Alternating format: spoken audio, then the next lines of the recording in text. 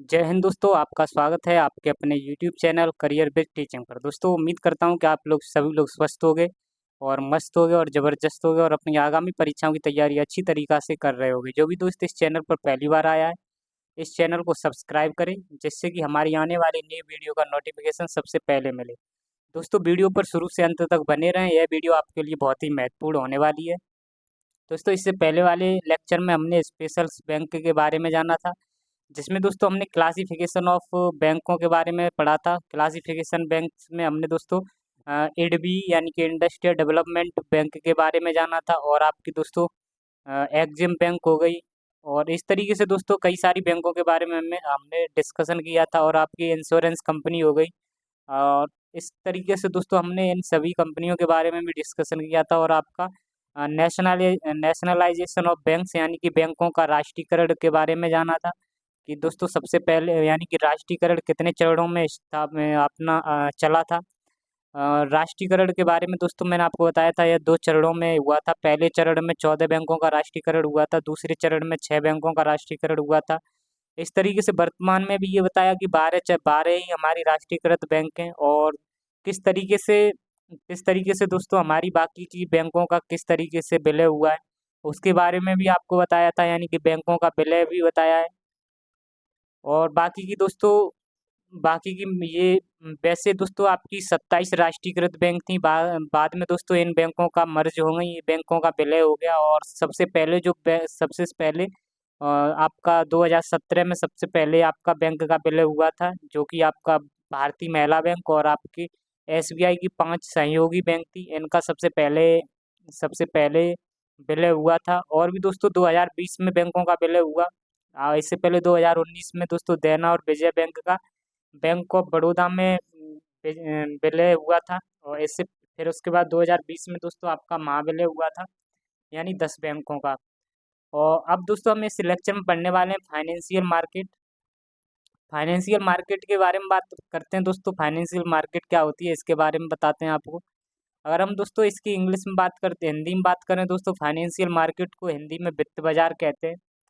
और दोस्तों इसकी डेफिनेशन के बारे में बात करें, आप छोटा सा डेफिनेशन जान सकते हो कि ऐसा बाजार जहाँ से पैसे का लेन देन होता है, यानी आपका जहाँ से पैसे का लेन देन होता है दोस्तों, ऐसे बाजार जहाँ से पैसे का लेन देन होता है वह उसे ही हम दोस्तों अ, वित्त बाजार कहते हैं।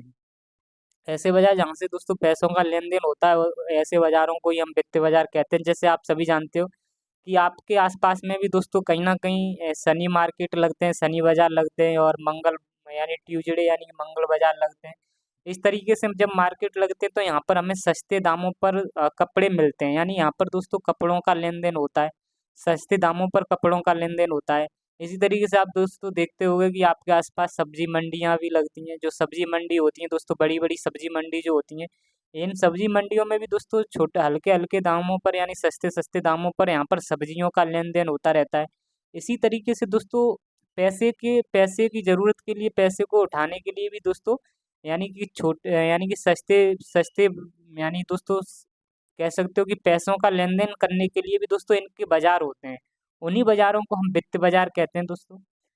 और यहाँ वित्त बाजारों से ही दोस्तों हमें पैसे का लेन देन ज़्यादा देखने को मिलता है। जैसे दोस्तों आप सभी जानते हो कि हमें पैसे के लिए सबसे ज़रूरी हमें सब जीवन में सबसे आवश्यक जो चीज़ होती है दोस्तों, पैसा ही होता है। जीवन में अगर दोस्तों कोई चीज़ अगर सबसे ज़्यादा आवश्यक जो चीज़ है, हमें पैसे की सबसे ज़्यादा आवश्यकता होती है। और इसकी आवश्यकता क्यों होती है? क्योंकि दोस्तों सभी लोग जानते हैं कि जीवन में पैसे के बिना कुछ कुछ भी पॉसिबल नहीं है आज के टाइम पर। अगर हम नौकरी भी करना चाहते हैं तब भी दोस्तों पैसे के लिए, यानी कि आपके घर वाले वालों की भी इच्छा होती है कि हमारा बेटा नौकरी करे, और जिससे कि उसकी लाइफ में एक स्टेबिलिटी आए। और जब स्टेबिलिटी आए तो दोस्तों उसकी यानी कि इनकम फिक्स हो जाए, सैलरी मिले यानी कि इनकम उसकी फिक्स हो, जिससे कि वो आगे चलकर अपनी या दुकान खोल सके, यानी कि बाद में कुछ बिजनेस भी कर सकता है, या कुछ दुकान भी, या कुछ भी दोस्तों मॉल या कोई कंपनी डाल सकता है। तो एक्चुअली में दोस्तों पहले क्या हुआ करता था पहले। अभी तो दोस्तों अभी जब जॉब हो जाएगी, नौकरी मिल जाएगी, आपके पास पैसा आ जाएगा, तो नॉर्मल आप कोई छोटी दुकान खोलोगे। छोटी दुकान से दोस्तों जब ये ज़्यादा पॉपुलर हो जाएगी, ज़्यादा प्रसिद्ध हो जाएगी, तो फिर इसी की आप ब्रांच, आप की एक दोस्तों कंपनी बन जाएगी, फिर आप ब्रांच डालने की सोचोगे। कहीं ना कहीं आपको दोस्तों कहीं ना कहीं कह सकते हो कि पैसे की बहुत ज़्यादा ज़रूरत पड़ेगी आगे चलकर। तो पहले क्या हुआ करता था दोस्तों कि आपको सबसे पहले अ, प्राचीन टाइम की अगर बात करें तो अगर हमको कोई कंपनी या कोई दुकान खोलनी है तो सबसे पहले हमको जो महाजन हुआ करते थे या सेठ लोग जो हुआ करते थे, और जो सोनार आप कह सकते हो दोस्तों, सेठ लोग जो हुआ करते थे, इन लोगों से हमको पैसा उधार लेना पड़ता था। और ये लोग दोस्तों पैसा उधार दे देते थे, लेकिन इन लोगों का क्या रहता था, ये ब्याज बहुत अल्ट सल्ट लगा देते थे, यानी कि बहुत भयंकर ब्याज लगा देते थे। जिसकी वजह से अगर दोस्तों कोई भी दुकान या कंपनी अगर हमने खोली, अगर वो नुकसान में भी चली जाए तो बहुत दिक्कत हो जाती थी। तो इनको दोस्तों ऐसे ही दोस्तों जब हमें हमें ये दोस्तों एक ये औपचारिक तरीका नहीं था, ये अनौपचारिक तरीका था। इसको रोकने के लिए दोस्तों हमको पैसा बाजारों से फिर उठाना पड़े, यानी कि इसको रोकने के लिए आपके फाइनेंशियल मार्केट मार्केट आए। तो दोस्तों आपको इन फाइनेंशियल मार्केट, यानी कि ये तरीका आपको नहीं अपनाना पड़े, आपको फाइनेंशियल मार्केट से रुपया आसानी से मिल जाए। तो इसलिए दोस्तों ऐसे बाजार जहाँ से वित्त वित्त का यानी पैसे का लेन देन होता है, उसे वो भी आपका औपचारिक रूप से। तो इसलिए दोस्तों आपका औपचारिक रूप से यहाँ पर पैसे का लेन देन हो जाए, जो जिससे कि हमारी कंपनी आगे आगे बढ़ जाए। तो यानी कि कंपनी के लिए हमको पैसे का जो लेन देन किया जाता है, पैसे को लेन देन के लिए हमें वो भी औपचारिक तरीके से हम वित्त बाजार से पैसे को ले सकते हैं। जैसे दोस्तों आपको बता देता हूँ कि आप मान के चलो, आप चाहते हो एक कंपनी खोलना। मान के चलो आप कोई कंपनी खोलना चाहते हो। मान के चलो आप कोई एबीसी कंपनी खोलना चाहते हो, और आपके आपको इस कंपनी को खोलने के लिए आपके पास एक मतलब आपको इस कंपनी को खोलने के लिए 1,000 रुपये की ज़रूरत है। ज़रूरत आपको 1,000 रुपये की है, यानी कि इस कंपनी को खोलने के लिए 1,000 रुपये लगेंगे। और आपके पास जो हैं वो मात्र 500 रुपये हैं। आपके पास जो हैं वो 500 रुपये हैं, और 500 रुपये की दोस्तों आपको ज़रूरत पड़ेगी। आपके पास तो दोस्तों इस कंपनी में खोलने के लिए आपके पास 500 रुपये हैं, लेकिन आपको 500 रुपये की और ज़रूरत पड़ेगी। तो हमारी 1,000 रुपये की ये कंपनी आसानी से खुल सकती है। अब दोस्तों 500 रुपये हमारे पास हैं, 500 रुपये की ज़रूरत पड़ेगी, तो ये 500 रुपये की ज़रूरत दोस्तों हमको, यानी कि 500 रुपये हम दो तरीके से ले सकते हैं। यानी जो दोस्तों हमारे पास 500 रुपये की ज़रूरत पड़ रही है, ये 500 रुपये हम दो तरीके से ले सकते हैं। पहला तो हम दोस्तों पहला एक काम ये कर सकते हैं कि हम पैसे को उधार ले सकते हैं। पहला तो एक दोस्तों हम पैसे को इनको उधार ले सकते हैं। और अगर दोस्तों हम उधार भी लेंगे तो पैसा, अगर बाय द वे हमने कंपनी ये खोली है और अगर हमने ये पैसा उधार लिया, अगर कंपनी को नुकसान चला गया, तो बदले में ये आपसे हमने पैसा, यानी कि जिससे उधार लिया है उसको हम मूलधन भी देंगे, और हमको एक दोस्तों इसका ब्याज भी देना पड़ेगा। तो यहाँ कहीं ना कहीं नुकसान देखने को ज़्यादा मिल जाता है। तो दोस्तों जो पैसा उधार देगा वो आपसे बदले में ब्याज भी लेगा, यहाँ आपको ब्याज भी देना पड़ेगा। एक आपके पास ये तरीका है, और एक दूसरा ये तरीका है कि आपको ना तो ब्याज देना पड़े, और ना ही दोस्तों आपको पैसा देना पड़े, जो पैसा उधार लिया है वो भी देना पड़े। यहाँ आप दूसरा काम ये कर सकते हो कि यहाँ पर पार्टनरशिप कर सकते हो। यहाँ पर दोस्तों पार्टनरशिप आप कर सकते हो, यानी आप साझेदारी कर सकते हो। तो दूसरा तरीका ये है, अगर दोस्तों हमने कंपनी खोली है, कंपनी को 500 रुपये की ज़रूरत है, और अगर हमें 500 रुपये दो तरीके से मिल सकते हैं। एक तो हम उधार ले रहे हैं, और दूसरा हम दोस्तों पार्टनरशिप में करेंगे। उधार लेने में क्या होता है, अगर दोस्तों कंपनी को अगर नुकसान होता है, तो कंपनी को नुकसान होता है, तो आपके जो उधार देने वाला होता है इसको कोई मतलब नहीं रहता है, चाहे आपकी कंपनी नुकसान में जाए या कुछ भी हो, इसको उधार भी चाहिए, मूलधन भी चाहिए, और इसको ब्याज भी चाहिए। तो यहाँ पर ज़्यादा नुकसान देखने को मिलता है उधार लेने पर पैसा को। अगर हमने पार्टनरशिप किसी की साझेदारी को चुना है, तो यहाँ पर दोस्तों अगर मान के चलो हमको 100 रुपये में अगर 50 रुपये का हमको नुकसान हुआ है, तो दूसरे जो साझेदारी है उसको भी 50 रुपये का नुकसान होगा। यानी यहाँ पर दोस्तों जो भी है नुकसान आपस में बांट लिया जाता है। तो इसलिए आपको ये चुनना बेस्ट रहेगा कि ये चुनना बेस्ट रहेगा। तो आप यहाँ पर देख सकते हो पार्टनरशिप पार्टनरशिप यहाँ पर देखी जाती है। यानी दोस्तों यहाँ पर साझेदारी को ज़्यादा महत्व दिया जाएगा।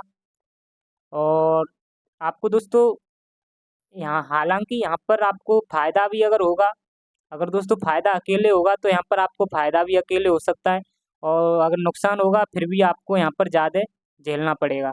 लेकिन दोस्तों क्या करना पड़ता है कि मान के चलो अगर हमारी कोई छोटी दुकान है तो हम यहीं से काम कर सकते हैं। मान के चलो हमारे पास कोई छोटी सी दुकान है, या कंपनी है, तो हम यहाँ से ही काम चला सकते हैं। लेकिन बाय द वे अगर हमको जब बड़ी कंपनी खोलनी पड़ती है, जब हमको बड़ी कंपनी खोलनी पड़ेगी जब हमको बड़ी कंपनी खोलनी पड़ेगी तो हमको मान के चलो ज़्यादा रुपए की ज़रूरत पड़ेगी, तो हमको कोई उधार तो देगा नहीं। तो जब हमको बड़ा काम करना होता है तो फिर हमको साझेदारी से हमारे काम चलते हैं। यानी कि यहाँ पर हमको पार्टनरशिप करनी पड़ती है, यानी यहाँ पर हम अपने शेयर बेचते हैं। यहाँ पर दोस्तों शेयर बेचने का मतलब हम यहाँ अपने कुछ हिस्से बेचेंगे, अपनी कंपनी के हिस्सा बेचने चाहते हैं। तो दोस्तों क्या होता है कि जब बड़े-बड़े हम काम करते हैं तो फिर बड़े-बड़े कामों में फिर हमको ये वित्त बाजार काम में आते हैं। वित्त बाजारों से हम लोन ले सकते हैं, रुपए ले सकते हैं और वित्त बाजार में हम अपने शेयरों को बेचकर अपने पार्टनरों को खोजकर फिर हम अपनी कंपनियों को स्टार्ट शुरू कर सकते हैं। अगर मान के चलो दोस्तों कोई अगर रिलायंस कंपनी है, तो रिलायंस कंपनी अपने शेयर जो बेच रही है, या मान के चलो ये अपने शेयर बेच रही है, तो इसका मतलब रिलायंस कंपनी अपने पार्टनरों को ढूंढ रही है। अपने पार्टनरों को ये यानी कि अपने जो पार्टनर हैं, इनके कोई भी पार्टनर है उनको खोज रही है। अगर रिलायंस कंपनी अपने शेयर बेच रही है तो ये पार्टनर को ढूंढ रही है, यानी ये अपने साझेदारों को बना रही है। क्योंकि दोस्तों रिलायंस कंपनी में कोई अकेले व्यक्ति तो अपना रुपया इन्वेस्ट इतना कर नहीं सकता है। खुद के दम पर तो इतनी बड़ी कंपनी खोली नहीं जा सकती है। कहीं न कहीं अपने शेयर बेचे जाएँगे और लोगों को शेयर बेचे जाते हैं, फिर उनसे पैसा लिया जाता है। तो यानी कि दोस्तों यहाँ पर इन लोगों की यहाँ पर हिस्सेदारी बढ़ जाती है, हिस्सेदारी यहाँ पर हो जाती है। तो आप कह सकते हो दोस्तों जो जो शेयर खरीदने का मतलब यहाँ पर हो गया, ये शेयर खरीदने का मतलब ये हो गया कि दोस्तों रिलायंस कंपनी अ, अपने साझेदार बना रही है, अपने पार्टनर यहाँ पर बना रही है। और आप ये कह सकते हो या हिस्सेदार यहाँ पर बना रही है, या यहाँ पर इसने शेयर अपने बेच दिए। शेयर यहाँ पर इसने बेच दिए और इसी किसी व्यक्ति ने इसके शेयर खरीद लिए, तो इसका पार्टनर ये हिस्सेदार या साझेदार बन गया। अगर दोस्तों कंपनी को यहाँ पर अगर इस कंपनी को यहाँ पर फायदा होगा, तो फिर इन हिस्सेदारों का भी फायदा होगा, यानी कि इनके शेयर का प्राइस भी बढ़ता है। अगर दोस्तों यहाँ पर कंपनी यहाँ नुकसान में जाएगी, तो आपके जितने भी दोस्तों शेयरों का प्राइस है, यानी हिस्सेदार हैं, उन हिस्सेदारों का दोस्तों जो भी शेयर प्राइस भी गिर जाता है। शेयर प्राइस भी गिर जाता है। अगर हमारी कंपनी फायदे में जा रही है, तो हमारे शेयर का प्राइस भी बढ़ जाता है, और हमारी कंपनी अगर नुकसान में जा रही है, तो हमारे शेयरों का प्राइस भी गिर जाता है। तो यहाँ पर दोस्तों कंपनी का एक ही व्यक्ति को लॉस नहीं होता है, जिसने यहाँ पर शेयर लगाए उन सभी को लॉस होता है। तो इन सभी को लॉस होता है दोस्तों। तो ये सभी के सभी जो बड़ी-बड़ी जो कंपनियाँ होती हैं वो दोस्तों इन फाइनेंशियल मार्केट यानी वित्त बाज़ारों में ही पैसे का लेन-देन करती हैं। ये दोस्तों जितनी भी कंपनियाँ हैं, अगर दोस्तों मेरे पास पैसा है, और अगर दोस्तों मेरे पास अगर पैसा है, जैसे ये कोई कंपनी है और मेरे पास अगर पैसा है और मैं अपनी खुद की ये मान के चलो मैं हूँ दोस्तों, ये कोई कंपनी है। अगर दोस्तों मेरे पास पैसा है और मैं अगर यहाँ पर कंपनी खोलना नहीं चाहता हूँ, और मैं अगर अगर मैं दूसरे की कंपनी में अगर दोस्तों इन्वेस्ट कर सकता हूँ, मैं इन्वेस्ट करना चाह रहा हूँ, यानी यहाँ पर मैं दोस्तों अपने पैसे दे सकता हूँ। यानी पैसे को यहाँ पर मैं जब दूंगा, तो मैं इसका मतलब कि मैं कहीं न कहीं अपने पैसों को बढ़ाना चाहता हूँ। तभी मैं यहाँ पर किसी कंपनी के शेयर खरीदूँगा, यहाँ पर अपने पैसे लगाऊँगा, इन्वेस्ट करूँगा।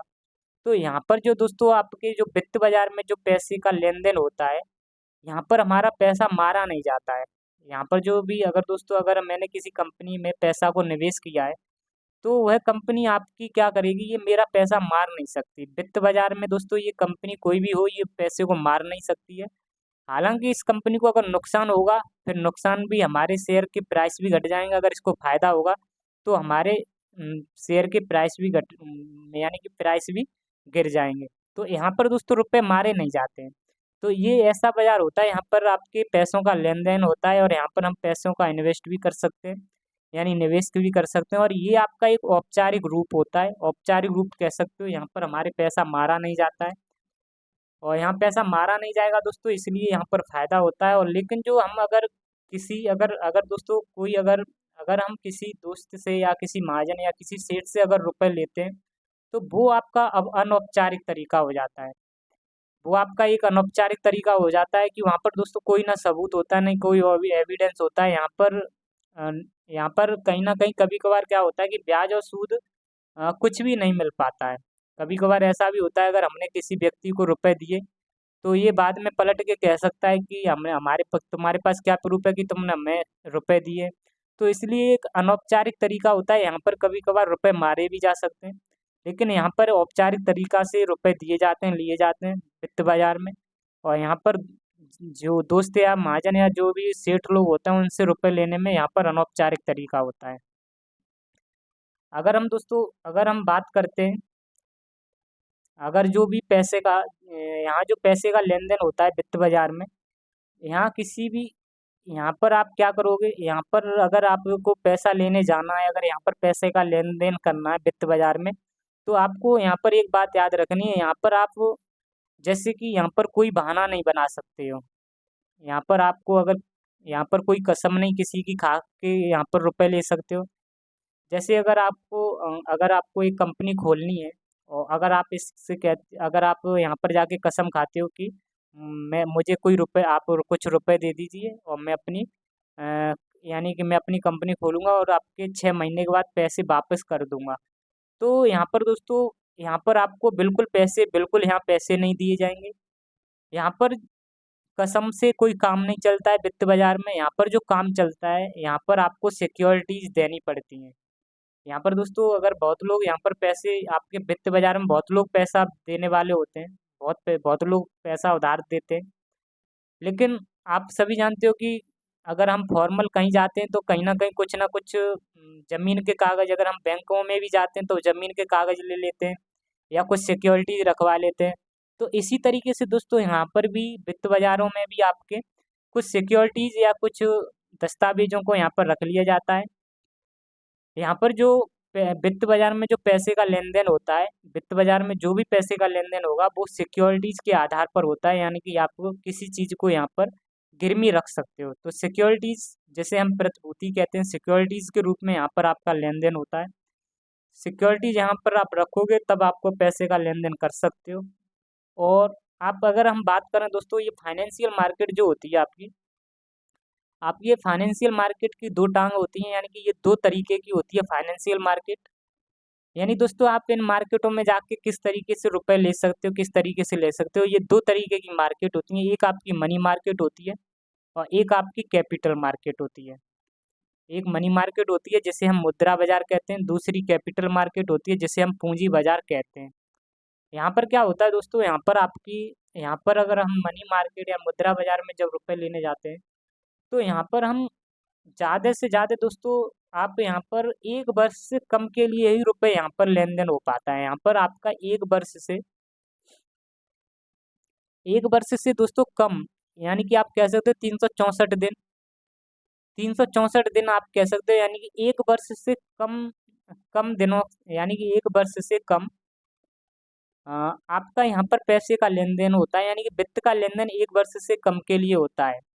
यहाँ पर दोस्तों, 1 वर्ष से ज़्यादा के लिए कोई भी रुपया आपको उधार नहीं दे सकता है। यहाँ पर सिर्फ़ 1 वर्ष से अ, कम ही यहाँ पर आपको पैसे उधार देने पड़ते हैं, यानी कि लेस देन 1 ईयर, मैक्सिमम 364 दिन हो जाता है दोस्तों।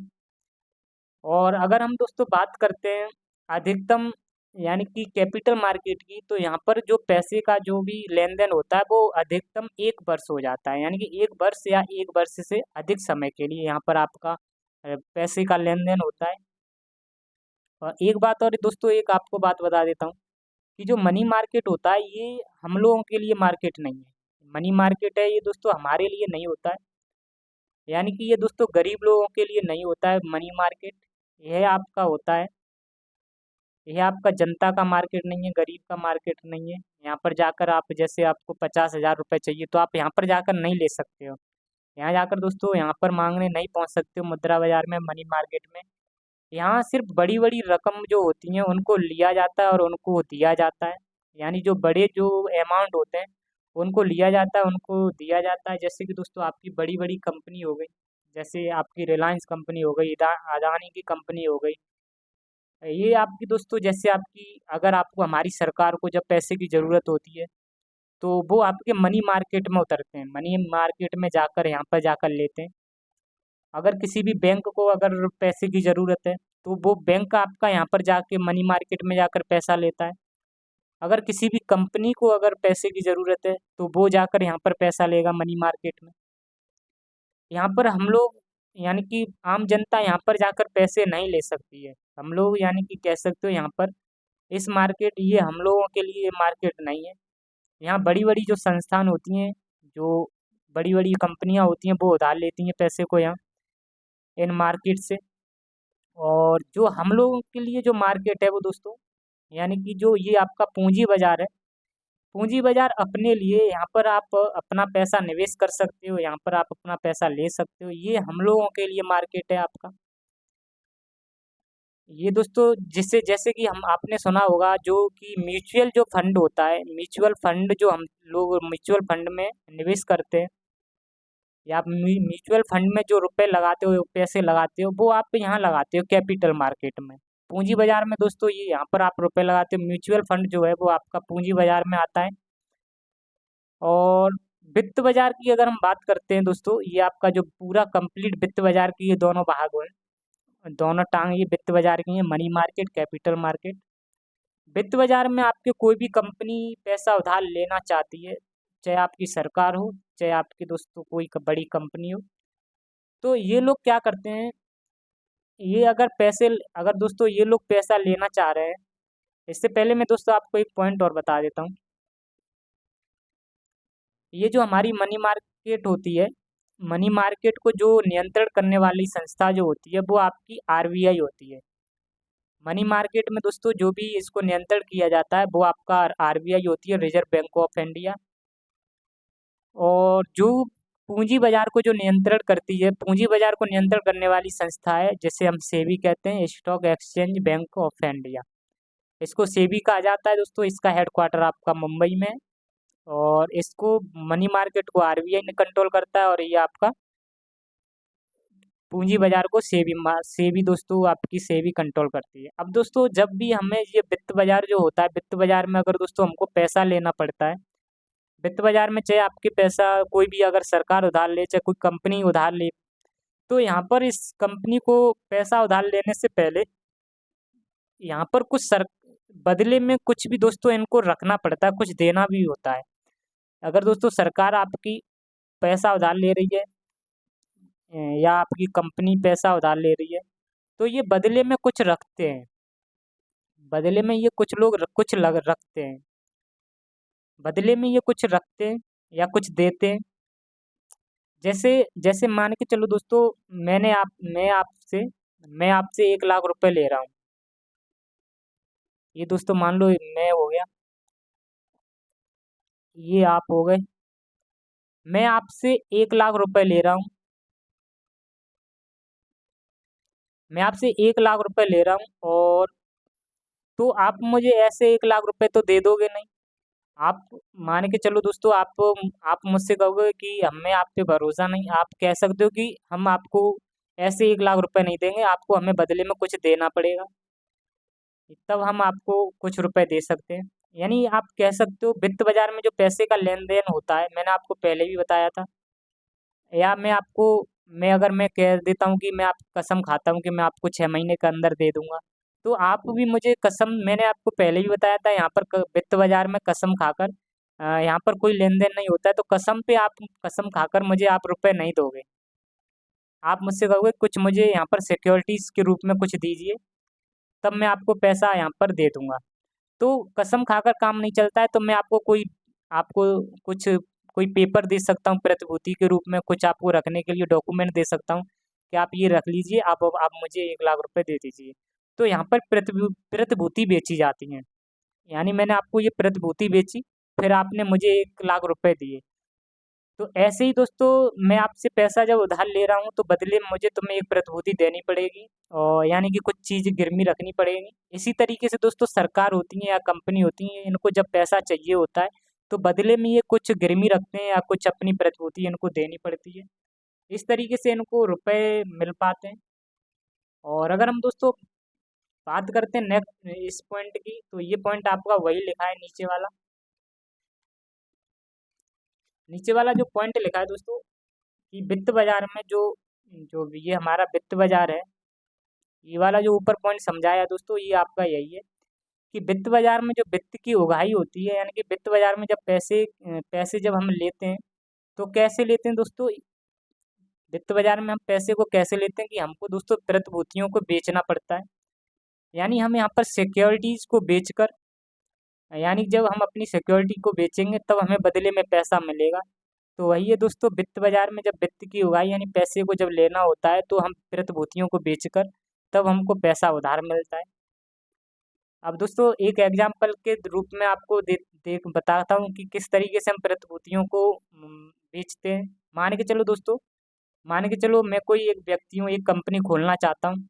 मान के चलो ये कोई एक कंपनी है मेरी, मैं एक कंपनी खोलना चाहता हूँ और मुझे पैसे की बहुत ज़रूरत है, पैसे चाहिए, पैसे की बहुत ज़रूरत है, यानी कि अब मेरे पास पैसा नहीं है, पैसा मुझे चाहिए। आप दोस्तों मैंने एक कंपनी खोलना चाहता हूँ, एक कंपनी खोली मैंने और मुझे पैसे की ज़रूरत है और मुझे पैसे चाहिए। तब मुझे जब पैसे चाहिए होते हैं तो मैं एक दोस्तों इस कंपनी के जो कुछ प्रतिभूति हैं, कुछ सिक्योरिटीज है, तो मैं एक प्रतिभूति यहाँ पर यानी कि प्रतिभूतियों को लाऊंगा बेचने के लिए। प्रतिभूतियों को जब मैं दोस्तों लाऊंगा, यानी आप कह सकते हो जब जो आदमी, आप कह सकते हो यानी कि सिक्योरिटीज जो होती हैं इनको जो इशू करता है, यानी इसका मतलब इसको जो बेचता है, यानी कि ये सिक्योरिटीज को इशू कर रहा हूँ, यानी कि मैं अपनी कंपनी से, ये मेरी सिक्योरिटीज है, इनको यानी मैं प्रतिभूतियों को जारी कर रहा हूँ। इसका मतलब हो गया कि मैं अपनी प्रतिभूतियों को बेच रहा हूँ। मेरी जो प्रतिभूतियाँ हैं, इसका मतलब हो गया मैं अपनी प्रतिभूतियों को यानी अपनी सिक्योरिटीज को बेच रहा हूँ। और क्यों बेच रहा हूँ दोस्तों, क्योंकि मुझे रुपए की ज़रूरत है। और मेरी प्रतिभूति मान लो एक कागज़, मेरे मैं आपको प्रतिभूति के रूप में आपके लिए एक कागज़ लेकर आया। मेरी प्रतिभूति एक कागज़ है और मैंने इसकी मैंने इस मान लो मैंने कहा कि, और मैंने इसकी कीमत दोस्तों 100 रुपये रख दी।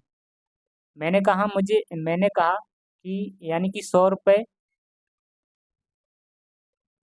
मैंने कहा कि 100 रुपये में इस कागज़ को ले लो, 100 रुपये में इस कागज़ को ले लो।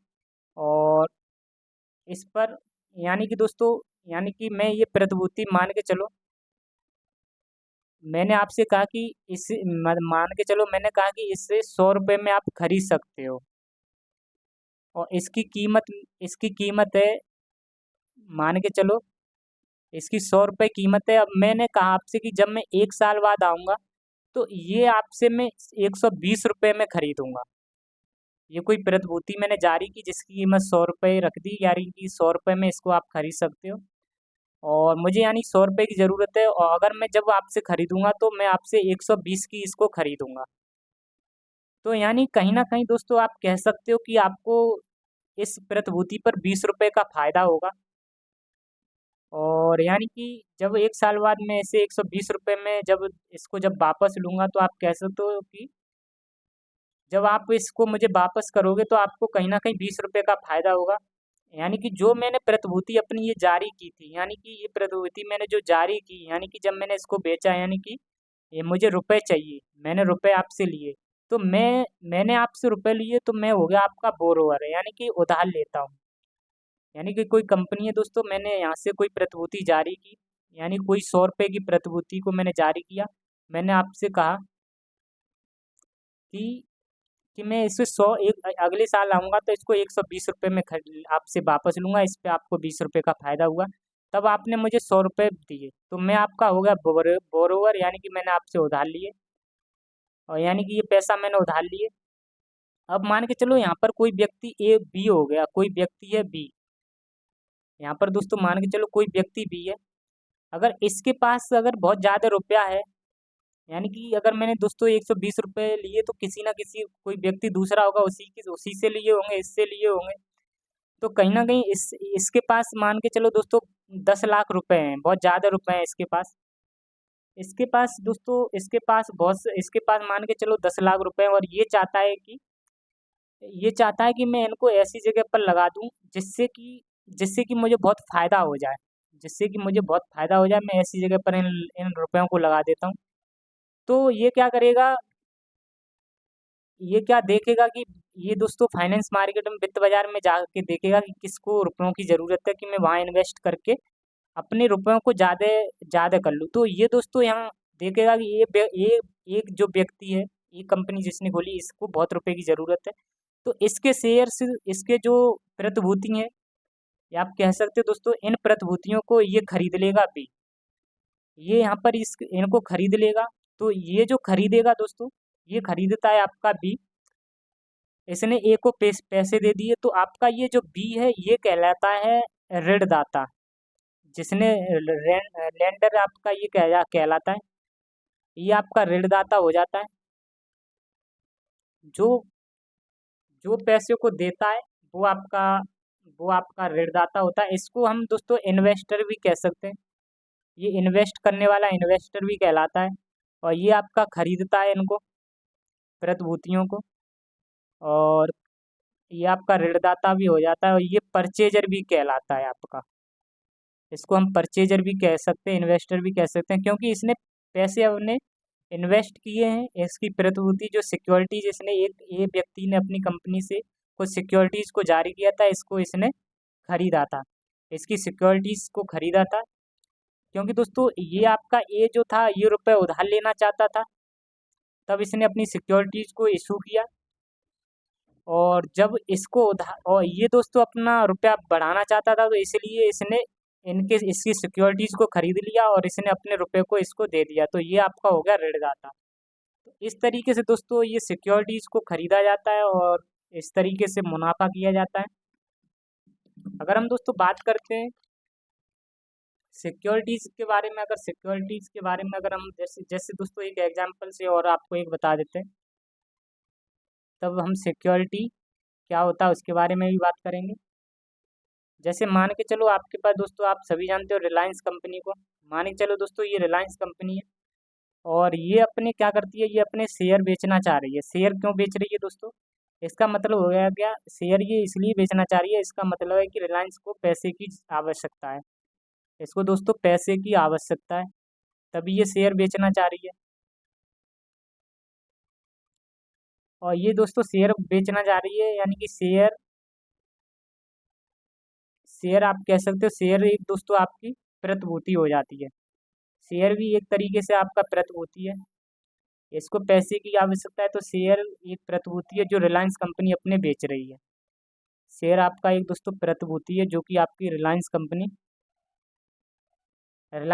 बेच रही है। इसका एक शेयर मान लो दोस्तों, इसने 100 शेयर बेचे, इसके 100 शेयर ये बेचना चाह रही है, और इसके एक शेयर की कीमत आपकी इसकी 500 रुपये है।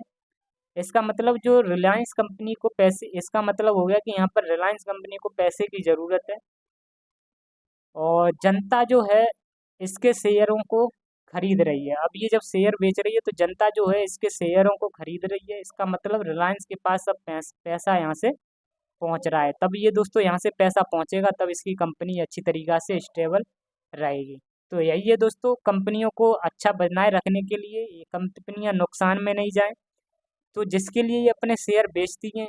और अगर दोस्तों इनको पैसे की ज़रूरत होती है तो ये अपने आप यहाँ पर वित्त बाजार में ये लोग उतरते हैं, यहाँ पर अपने प्रतिभूतियों को बेचते हैं और फिर जनता से रुपए लेते हैं।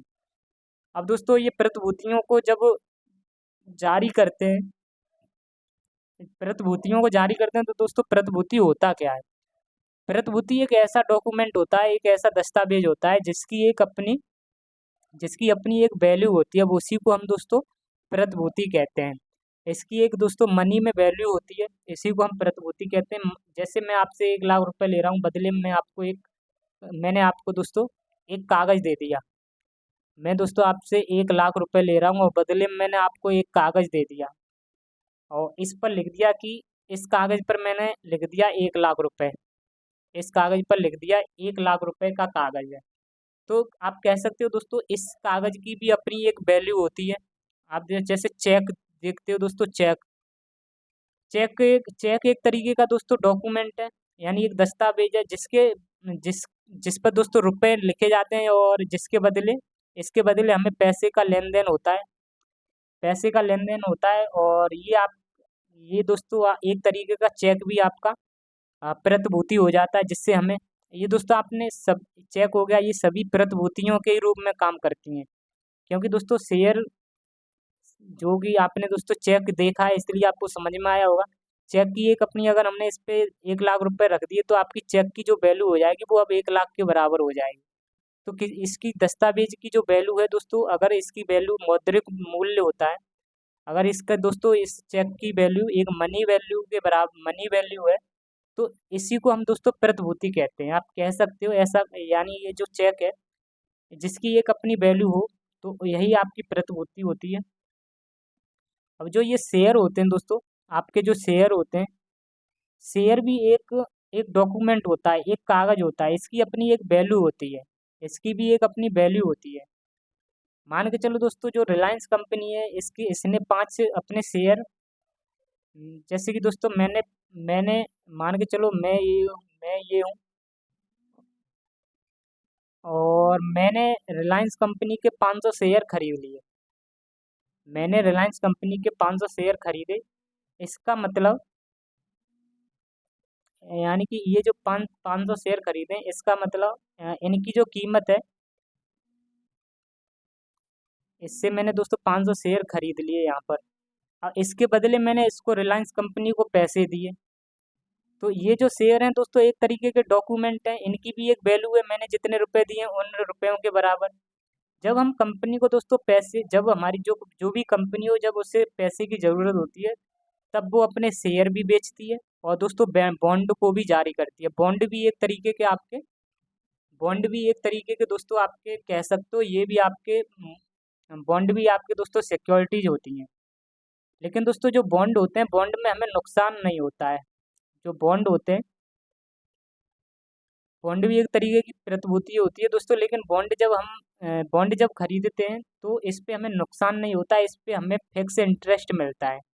जब हमने दोस्तों किसी से बॉन्ड बॉन्ड खरीदे तो वो हमको फिक्स इंटरेस्ट देता रहता है, यानी कि एक ब्याज होती है साधारण।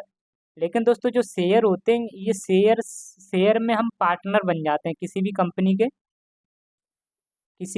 के दोस्तों हम पार्टनर बन जाते हैं। यहाँ पर क्या होता है, हमें घाटा भी देखने को मिल सकता है और आपका मुनाफा भी देखने को मिल सकता है। यहाँ पर हमें कुछ भी हो सकता है, लेकिन यहाँ पर बॉन्ड में हमें नुकसान नहीं होगा। यहाँ पर नुकसान हो भी सकता है, नहीं भी हो सकता है। ये सभी के सभी पॉइंट बहुत इंपॉर्टेंट हैं दोस्तों, आपको याद रखने हैं। अब दोस्तों मनी मार्केट और कैपिटल मार्केट के बारे में कुछ बात कर लेते हैं। कौन कौन सी मार्केट में कौन कौन से दोस्तों दस्तावेज जारी किए जाते हैं, कौन कौन से आपकी प्रतिभूतियों से लोग कंपनियां रुपए खरीद सकती हैं, रुपए ले सकती हैं, और किस दस्तावेजों की ज़रूरत पड़ती है, इन सभी के बारे में जानेंगे। और दोस्तों मनी मार्केट जिसे हम कहते हैं मुद्रा बाजार, इसके बारे में मैंने बताया था कि यहाँ पर हम दोस्तों मनी मार्केट में जो हमें पैसा उधार चाहिए होता है, वो आपका 364 दिन तक के लिए हमें यहाँ पर पैसा उधार दिया जाता है। और अगर हमको दोस्तों 364 दिन के लिए पैसा उधार चाहिए तो हम यहाँ पर इस मार्केट में जाएंगे, मनी मार्केट में।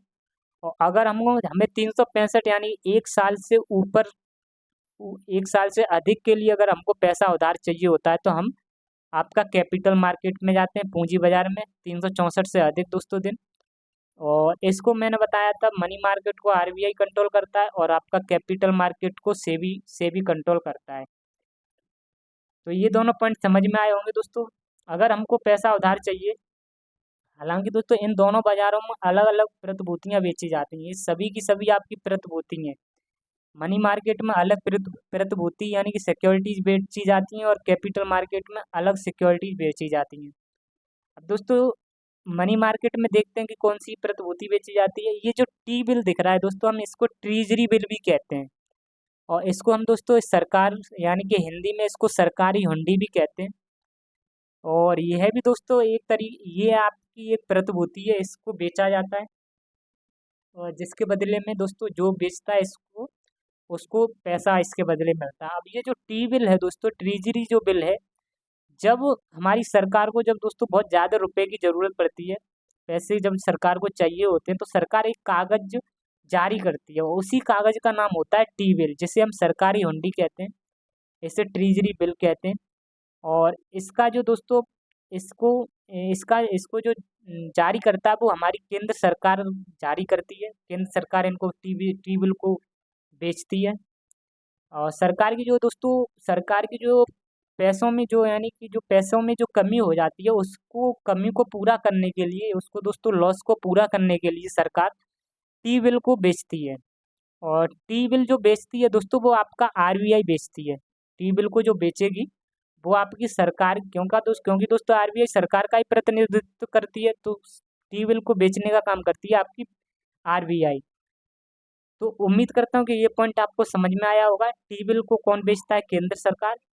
और यहाँ से दोस्तों जब सरकार इसको बेचेगी और यहाँ से पैसे की जो कमी है उसको पूरा करने के लिए जनता इसके टी बिल को खरीदती है।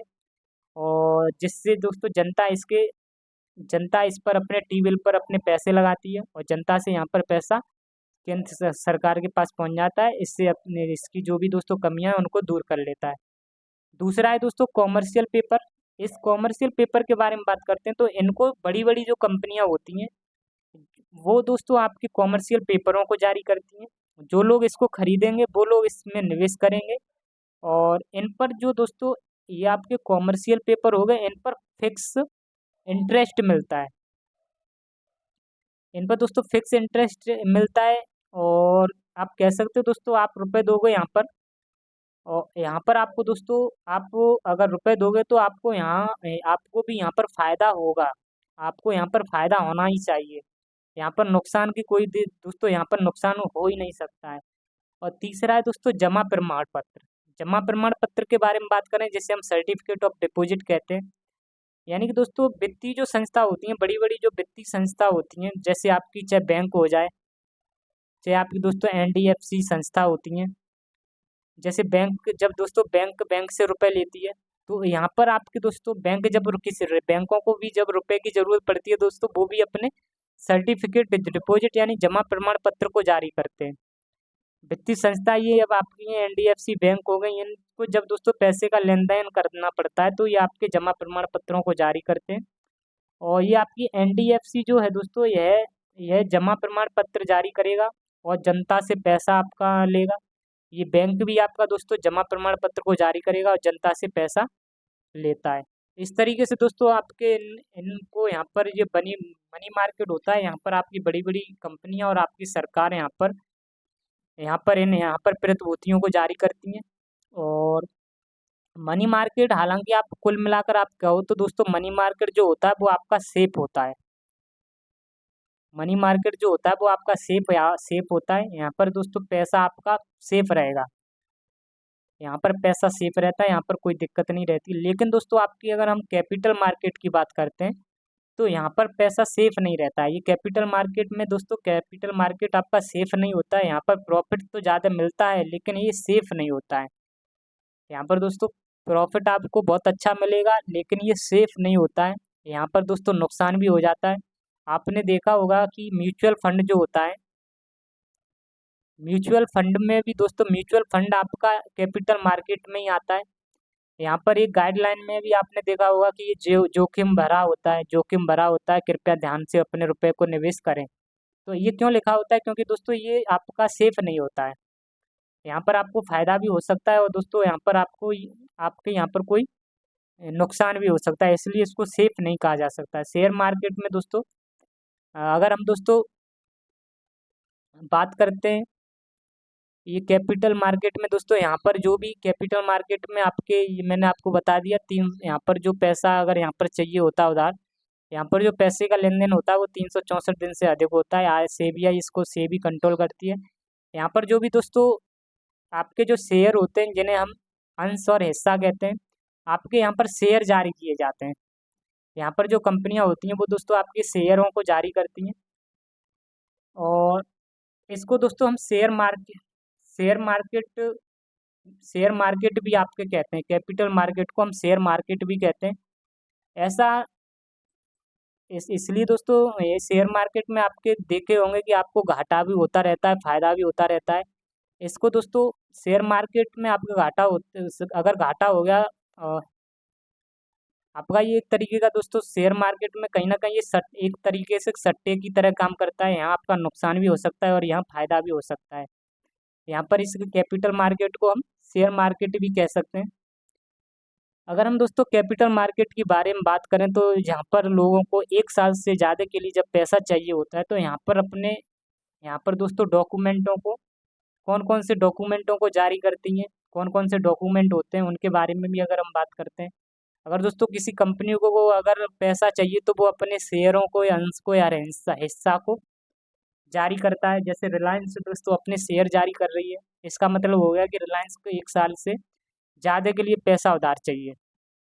रिलायंस कंपनी है दोस्तों, अगर अपने ये शेयरों को बेच रही है तो इसका मतलब हो गया कि 1 साल से अधिक के लिए इसको पैसा चाहिए।